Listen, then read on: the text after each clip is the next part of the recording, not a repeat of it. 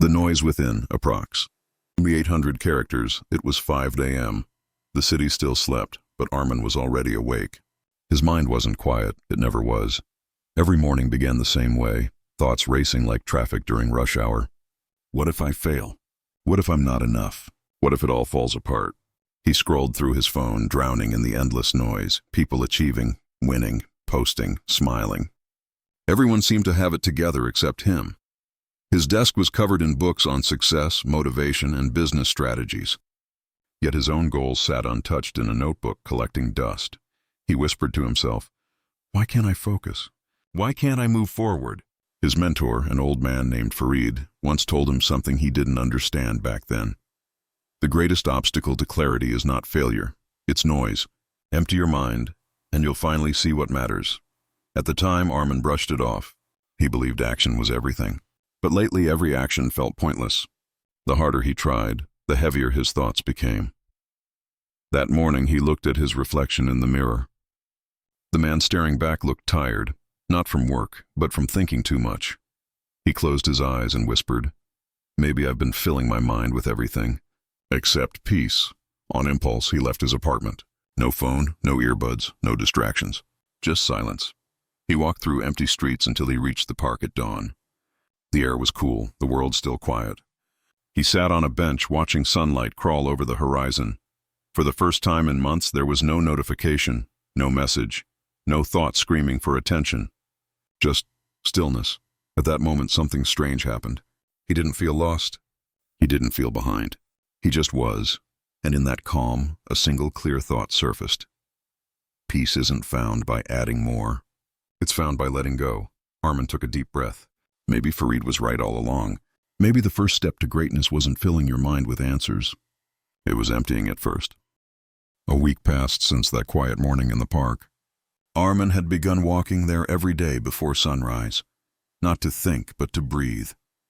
He noticed the way the light touched the grass, the sound of the wind brushing against leaves. For the first time, he felt present, yet one question remained. How do I empty my mind completely?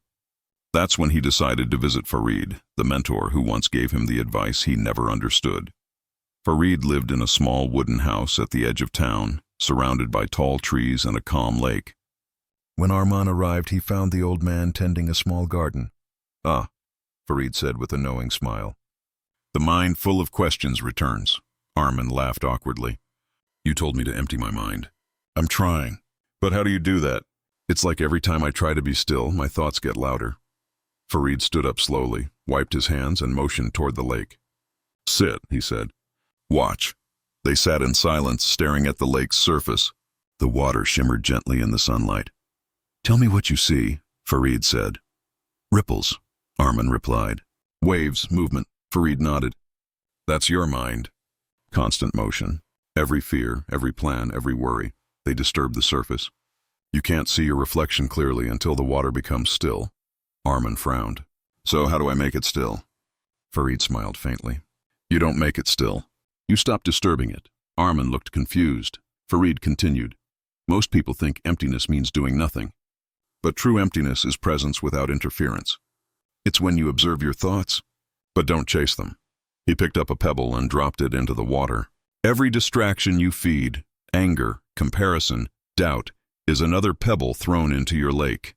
They both watched as the ripples faded. The surface slowly returned to calm. "When you stop throwing pebbles," Farid said softly, "the water stills itself." Something clicked in Armin's mind.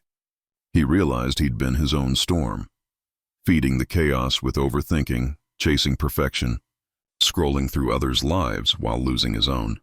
For the first time, he smiled, not from achievement but understanding. Farid placed a gentle hand on his shoulder. "You don't need to fill your mind with more lessons, Armin. You need to unlearn the noise." The wind moved quietly through the trees. The lake shimmered, still, peaceful, clear, and so was his mind.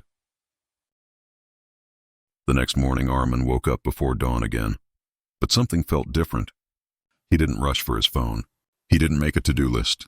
He just sat in silence and listened to his own breathing.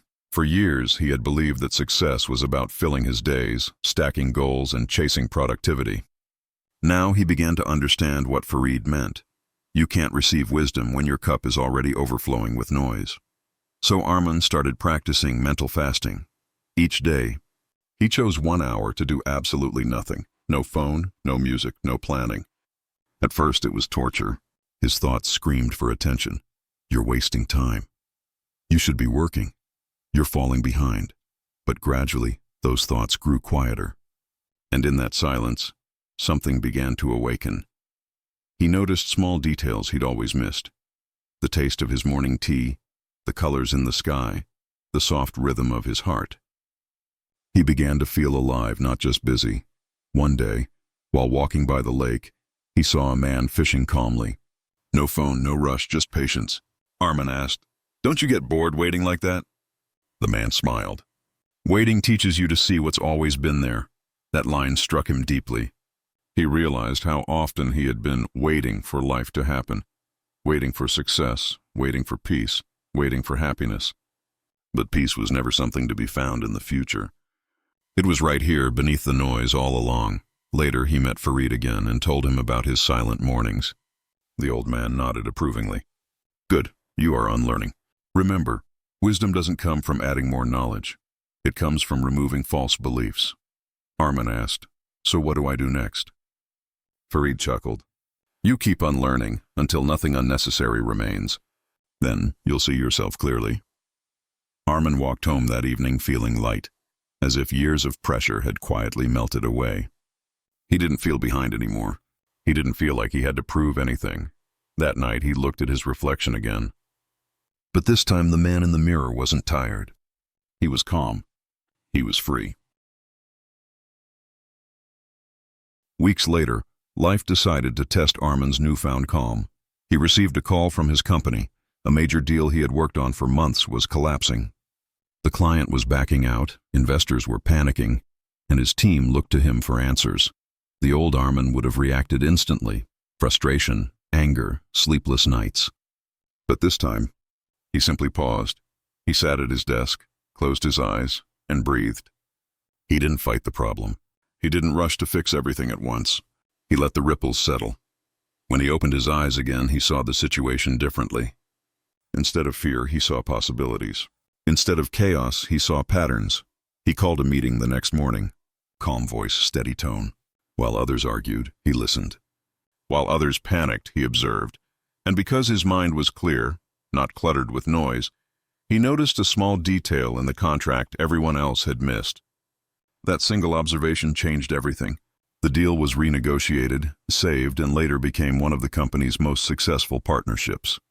When it was over, his colleague said, "I've never seen you so calm under pressure." "How did you do it?" Arman smiled. "I stopped trying to control the storm. I learned to be still and let it pass." That evening, he visited Farid one last time. The old man was sitting by the same lake, the water still and mirror-like under the setting sun. "You've learned well," Farid said, without looking up. "I didn't expect peace to be this powerful," Arman admitted. "I thought strength came from control." Farid turned to him with a knowing smile. "No, my son. True strength comes from clarity, and clarity is born only in silence." The sun dipped below the trees, painting the sky gold and crimson. For a long while, neither of them spoke.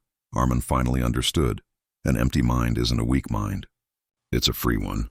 It's a mind that listens more than it reacts, observes more than it judges, and flows more than it fights. He looked at the still lake one last time and whispered, "Thank you, Farid. I finally understand." As he walked away, a gentle wind moved across the water, not disturbing it, but guiding its calm ripples outward, just like Arman's peace would now ripple into his world. Voiceover style. Deep, calm tone. Soft cinematic background with emotional rise toward the ending. Pause before the closing line for impact. Key narration cues. I stopped trying to control the storm. I learned to be still and let it pass. True strength comes from clarity, and clarity is born only in silence. An empty mind isn't a weak mind. It's a free one. Final message. Let this story remind you, the world outside you is only as peaceful as the world within you. Empty your mind, and life will finally fill itself.